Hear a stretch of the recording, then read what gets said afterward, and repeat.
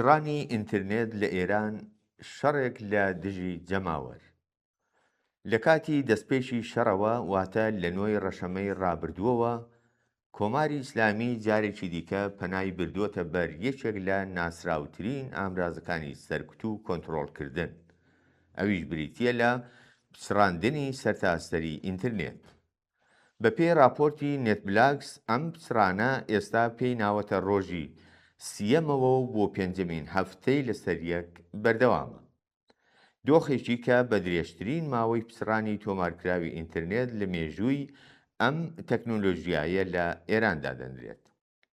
بەپێی هەمان ئامار، پەیوەندی ئینترنێت هەندێک جار بۆ ئاستی 1% باری ئاسایی دابەزیوە و نزیکەی 90 ملیۆن کەس کەوتونەتە ژێر کاریگەریەوە.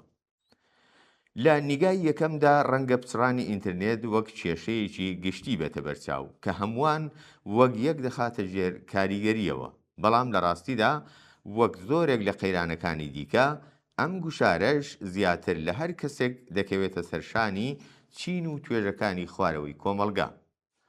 چینە دەوڵەمەندەکان هەرچەندە بە سەختیش بێت، بەڵام ڕێگەیەک بۆ تێپەڕاندنی سنووردارکردنەکان، دابینکردنی ئامرازی گرانبەها یان دەستڕاگەیشتن بە تۆڕە تایبەتەکان دەدۆزنەوە. بەڵام کرێکارێکی ڕۆژانە، فرۆشیارێکی بچووک، شۆفیر، خوێندکار یان خێزانێکی کە ژیانی لەسەر لێواری هەژاریە، دەستیان بەم جۆرە ئیمکاناتە ڕاناگات. وەزیری پەیوەندیەکانی کۆماری ئیسلامی خۆی دان بەوەدا دەنێت کە ئەم پچڕانە ڕۆژانە 35.7 ملیۆن دۆلار زیان بە ئابووری وڵات دەگەێنێت. فرۆشی ئۆنلاین 80% کەمی کردووە و پێوەرەکانی بۆرسی تاران 450,000 یەکە دابەزیوە و قەبارەی مامەڵەداراییەکان نزیکەی 185 ملیۆن حاڵەت کەمی کردووە. بەڵام واقعیەت ئەوەیە کە ئەم زیانانە لە کۆتاییدا لە گیرفانی ئەو خەڵکە قەرەبوو دەکرێتەوە کە کەمترین پشکیان لە سەروەت و دەسەڵاتدا هەیە. کاتێک فرۆشی ئۆنلاین دادەبەزێت، تەنها کۆمپانیا گەورەکان زیانیان بەرناکەوێت، بەڵکو هەزاران دەستفرۆشی ئینترنێتی، بەرگدرووی ماڵەکان، دوکانداری بچووک، شۆفیر و کرێکاری خزمەتگوزاریش سەرچاوەی داهاتەکەیان لەدەست دەدەن. بۆ زۆرێک لە بنەماڵەکەم داهاتەکان، ئینترنێت چیتر کالایەکی خۆشگوزەرانی نییە، بەڵکو ئامرازێکە بۆ کار، پەیوەندی، خوێندن، بە دوواداچوونی دەرمان، وەرگرتنی پارە و تەنانەت مانەوەش. لە بارودۆخی شەڕدا ئەم ڕۆڵە گرنگتریش دەبێت. تیمەکانی تەندروستی بۆ هەماهەنگی گواستنەوەی بریندارەکان، خێزانەکان بۆ بەدواداچوون و دۆزینەوەی ئازیزانیان و خەڵک بۆ ئاگاداربوون لە مەترسیەکانی دەوروبەریان پێویستیان بە پەیوەندی خێرا هەیە. کاتێک ئەم شادەمارە دەپچڕێت، فریاگوزاریش بە تەواوی پەچی دەکەوێت. لە ئاوادۆخێکدا خەڵک لە ناو دڵڕاوچێ، دەنگۆ و بێهەواڵیدا بەجێ دەهێڵدرێن. یەکێک لە قورسترین لێکەوتەکانی ئەم دۆخە بریتیە لەو گوشارە دەرونیە لە ڕاددەبەدەرەی کە بەسەر خەڵکدا دەسەپێندرێت. نەبوونی پەیوەندی لەگەڵ ئەندامانی بنەماڵە و ئەو خزم و ناسیاوانەی کە بەهۆی شەڕەوە لێکدا دەبڕێن، بێئاگابوون لە دۆخی شار و گەڕەکەکان و هەروەها دەستڕانەگەیشتن بە هەواڵی سربەخۆ و باوەڕپێکراو، ژیان دەکات بە ئازار و ئەشکەنجەیەکی بێدەنگ. بۆ دایکێکی کە لە جگەرگۆشەکەی دوورە و لێی بێهەواڵە، ئەم بێهەواڵیە هەندێک جار لە خودی ڕووداوەکەش بە ئازارترە. پچڕانی ئینترنێت هەروەها ئامرازێکە بۆ شاردنەوەی ڕاستیەکان.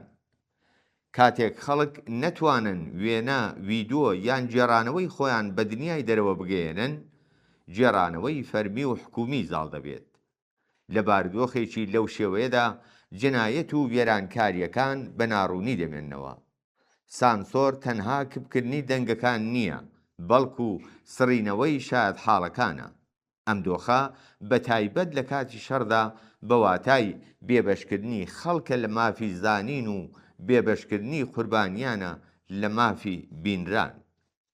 لە لایەکی دیکەوە حکوومەت بە سنووردارکردنی دەستڕاگەیشتنی ئازاد، خەڵکی بەرە و بازاری ڕەشی ئینترنێت پاڵپێوەناوە بە وەڕێخستنی ئینترنێتی ناوخۆیی فرۆشتنی پرۆکسیە سنووردار گران و زۆر خاوەکان لە ناوخۆی وڵاتدا پەرەی سەندووە.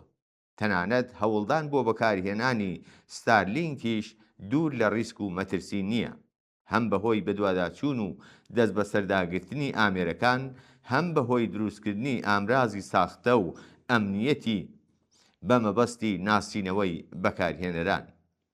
لە ئاکامدا دیسانەوە هەر هەژارانن کە یان لە دەستڕاگەیشتنی تەواو بێبەش دەبن یان ناچارن بە تێچوویەکی زۆر و مەترسیەکی گەورەوە لە کەمترین ئاستی پەیوەندی بەهرەمەند بن. هەر بۆیە پچڕانی ئینترنێت لە بارودۆخی شەڕدا دەبێت وەک قەیرانێکی مرۆیی و پێشێلکاریەکی ئاشکرای مافە سەرەتاییەکانی خەڵک بناسرێت. ئەم کارە مافی پەیوەندی، مافی دەستڕاگەیشتن بە زانیاری، مافی ئاسایش، مافی کار و تەنانەت مافی ژیانیش پێشێل دەکات. بەڵام لە دڵی ئەم تاریچیەدا پێویستیەکی دیکەش دەردەکەوێت، ئەویش بریتیە لە هاوپشتی کۆمەڵایەتی. کاتێک حکوومەت خەڵک لە بێئاگایی و گۆشەگیریدا ڕادەگرێت، تەنها شتێکی کە دەتوانێت بەشێک لەم گوشارەکەم بکاتەوە بریتیە لە تۆڕەکانی هاوکاری و متمانەی نێوان خودی خەڵک. لەمڕۆوە پێویستە لە گەڕەکەکان، لە ناو بنەماڵەکان، لە ناو کۆڕی هاوڕێیانە و دراوسێتیدا ڕێگەی جێگرەوە بۆ گەیاندنی هەواڵ چاوەدێری و پاراستنی یەکتر بەهێز بکرێت. سەردانی بە ساڵاتچوان بە دوواداچوون بۆ دۆخی بنەماڵە بە تاککەوتووەکان، گواستنەوەی هەواڵی باوەڕپێکرا و بە شێوەی بەرەوڕوو دابەشکردنی ئیمکاناتی پەیوەندیە سنووردارەکان و یارمەتیدانی ئەوانەی سەرچاوەی داهاتیان لەدەستداوە، هەموویان جۆرێکن لە خۆراگری ئینسانی لە دژی سیاسەتی سەپاندنی گۆشەگیری بەسەر خەڵکدا. هاوپشتی لە بارودۆخێکی وەهادا مەرجی مانەوەیە. ڕەنگە خەڵک بە تەنیا نەتوانن دیواری سانسۆر بشکێنن، بەڵام دەتوانن نەهێڵن هەر تاشێک بە تەنها خۆی لەگەڵ ئەم دۆخەدا دەستە و یەخە بێت. هەر نیشانەیەکی هاوڕێیەتی، هەر تۆڕێکی بچووکی متمانە و هەر کارێکی بە کۆمەڵ بۆ کەمکردنەوەی گوشاری لەسەر بێدەسەڵاتترینەکانی کۆمەلگا شێوازێکە لە خۆراگری و واتایەکی سیاسی و ئینسانی هەیە.